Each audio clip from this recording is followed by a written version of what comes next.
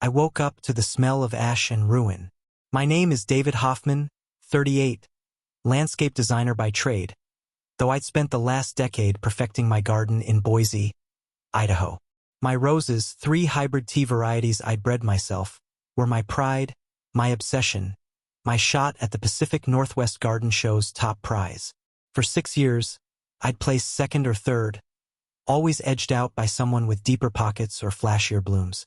This year, 2025, was supposed to be mine. The competition was 3 days away when I walked outside at dawn and saw my rose beds.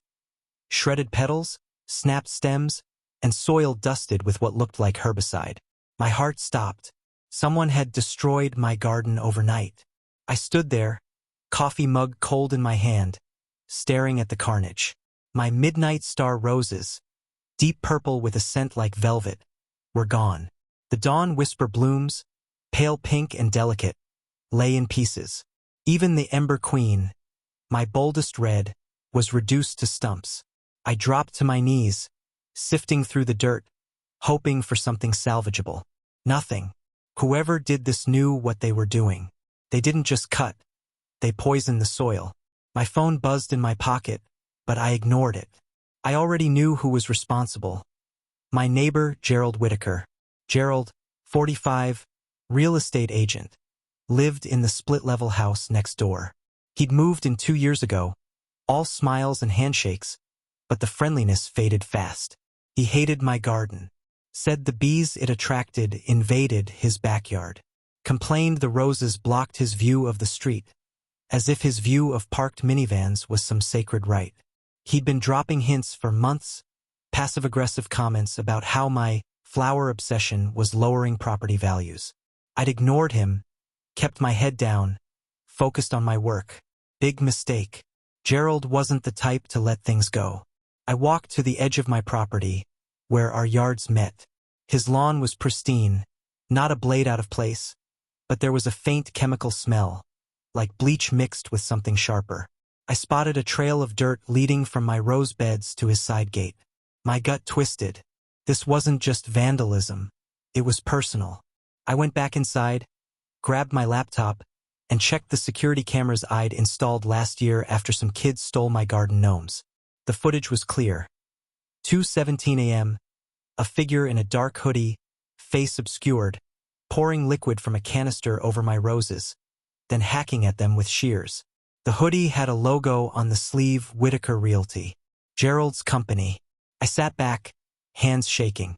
I'd spent years on those roses, crossbreeding them in my greenhouse, testing soil pH, waking up at 5 a.m. to prune. They weren't just plants. They were my legacy, proof I could create something beautiful in a world that often felt ugly. My wife, Emily, died 4 years ago, car accident on I-84, hit by a drunk driver. The garden was how I coped, how I kept her memory alive. She'd loved roses, used to sketch them in her notebook while I worked.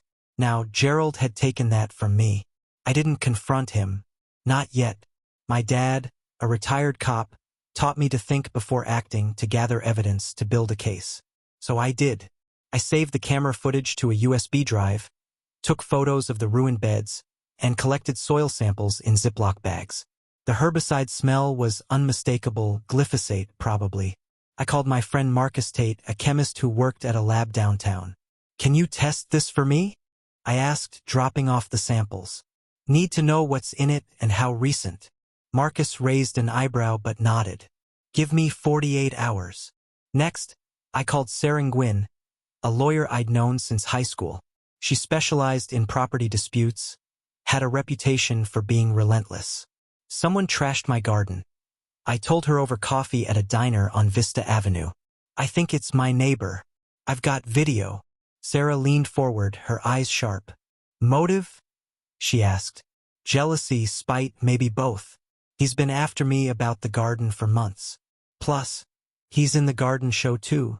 Entered his dahlias." Sarah smirked.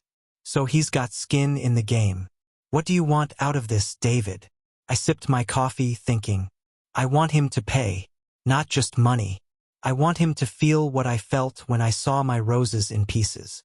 Sarah nodded. We can start with vandalism, property damage, maybe trespassing. The herbicide's a felony if we can prove intent. But you need more than video. You need to tie it to him directly. I thought about the dirt trail to his gate, the chemical smell. I'll get it, I said. That night I couldn't sleep. I kept seeing the footage in my head. Gerald's hoodie. The glint of shears in the moonlight. I got up at 3 a.m., pulled on gloves, and slipped into my backyard. The air was cold, the neighborhood silent. I followed the dirt trail to Gerald's gate, careful not to step on his property. There, in the moonlight, I saw it.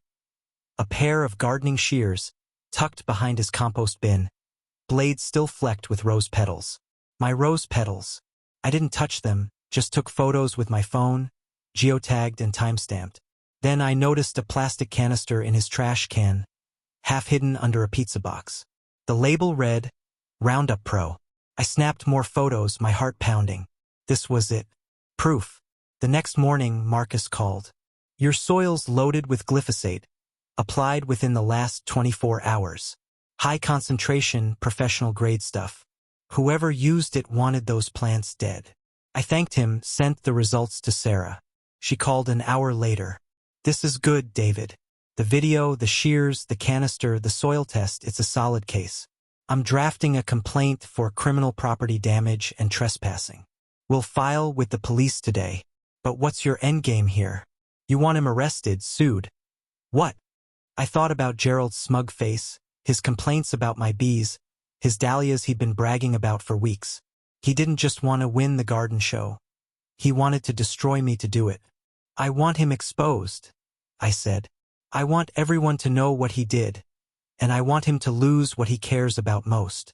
Sarah paused. Okay, let's dig into him.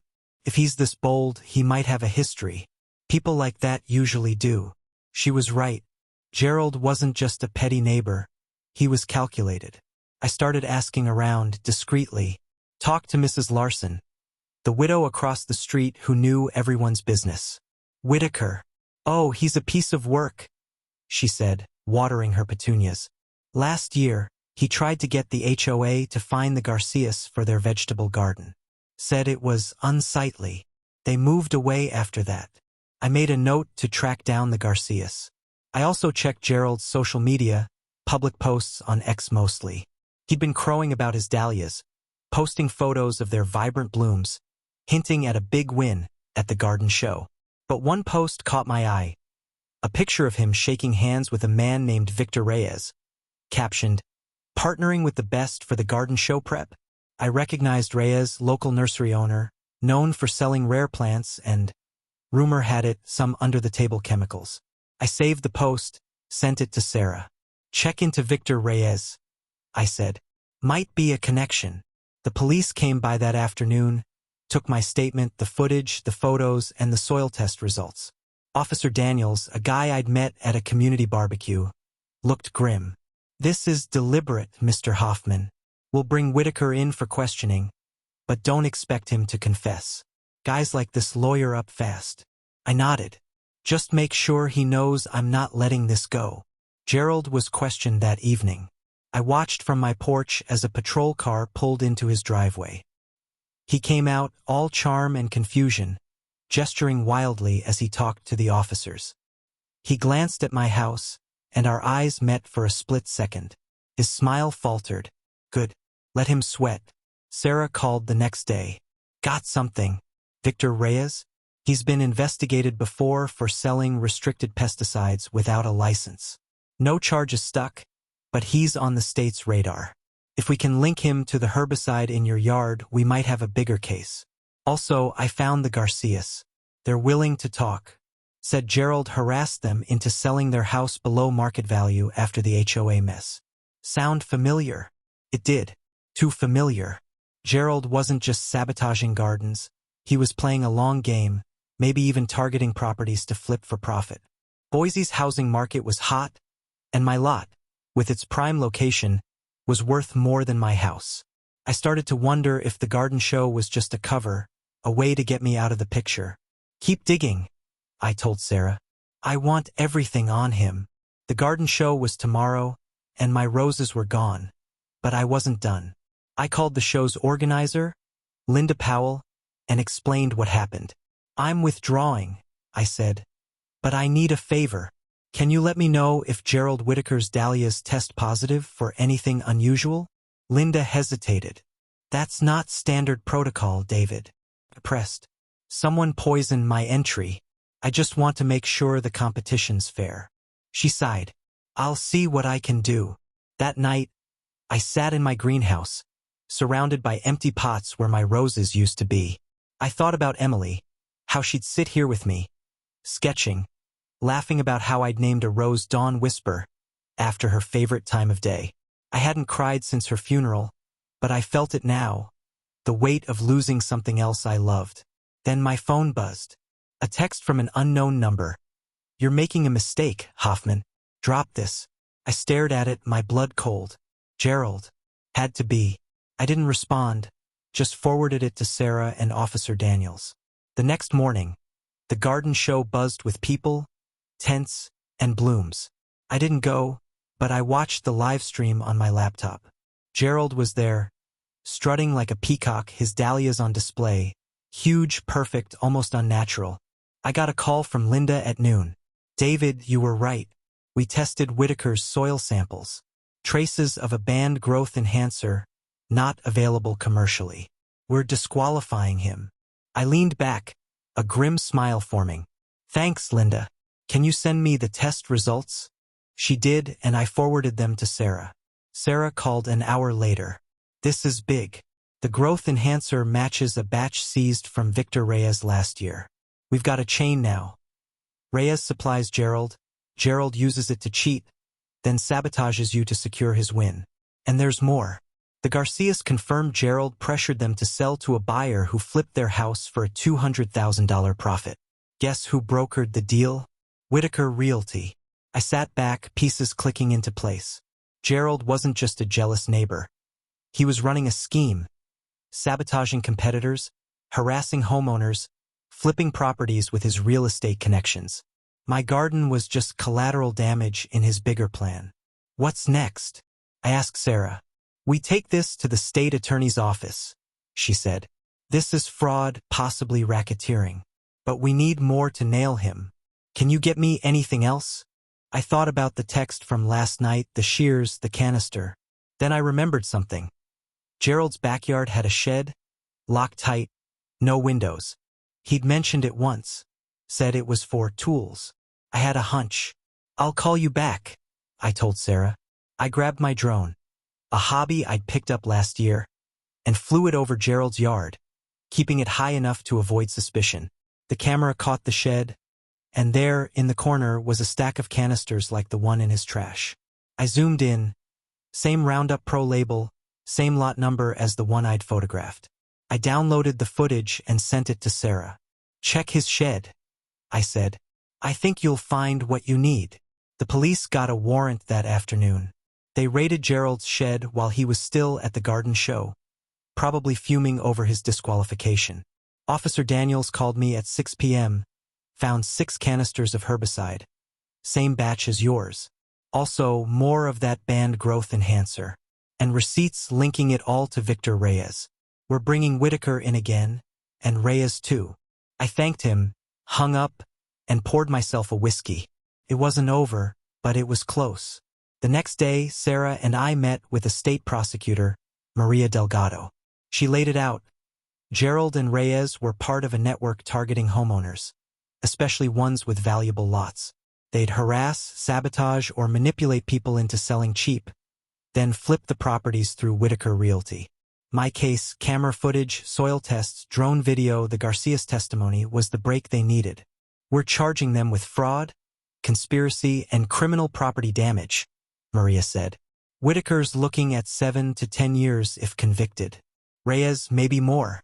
I nodded, but I wasn't done. I wanted Gerald to feel the loss, the way I did when I saw my roses destroyed. So I asked Maria, "Can we make sure his clients know what he's done?" She raised an eyebrow. "Public record will handle that. Once the charges hit the news, his real estate business is toast." I shook my head. "Not enough. I want his name ruined in the community he cares about." Sarah grinned. I've got an idea. The Garden Show's newsletter goes out to 10,000 subscribers. Every gardener, landscaper, and homeowner in the region. I know the editor. We can get a story in there, not just about the disqualification but the whole scheme. Anonymize you, of course. I liked it. Do it, I said. The newsletter went out 2 days later. The headline: Local realtor disqualified from garden show amid fraud allegations. It detailed Gerald's sabotage, the banned chemicals, the property flipping, all backed by police reports. By evening, X was buzzing with posts from gardeners, neighbors, even former clients, calling Gerald out. His real estate page was flooded with one-star reviews, people sharing stories of his shady tactics. Whitaker Realty's phone stopped ringing. His dahlias, once the talk of Boise, were pulled from every show in the state. Gerald tried to fight back. He posted on X, claiming it was a misunderstanding, blaming jealous competitors. Nobody bought it. The evidence was too strong, the community too angry. A week later, his real estate license was suspended pending investigation. Victor Reyes took a plea deal, turning over records that implicated Gerald in 3 other property scams. The FBI got involved when they found interstate wire transfers tied to the flips. I didn't see Gerald again until the trial 6 months later. He looked smaller in the courtroom, his suit wrinkled, his confidence gone. He pleaded guilty to reduced charges, 5 years in prison, full restitution to me for the garden damage, $25,000. The judge also ordered him to pay the Garcias for their losses.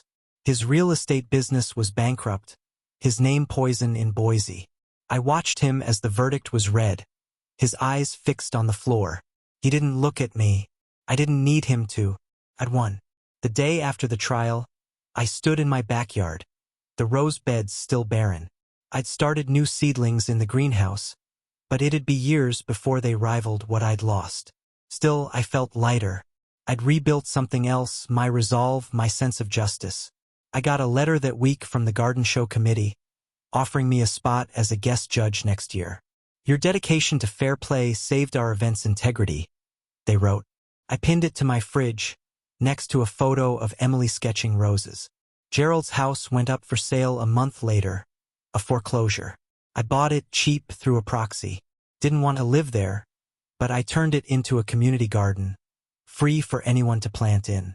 Kids from the neighborhood came by, planting sunflowers, tomatoes, even roses.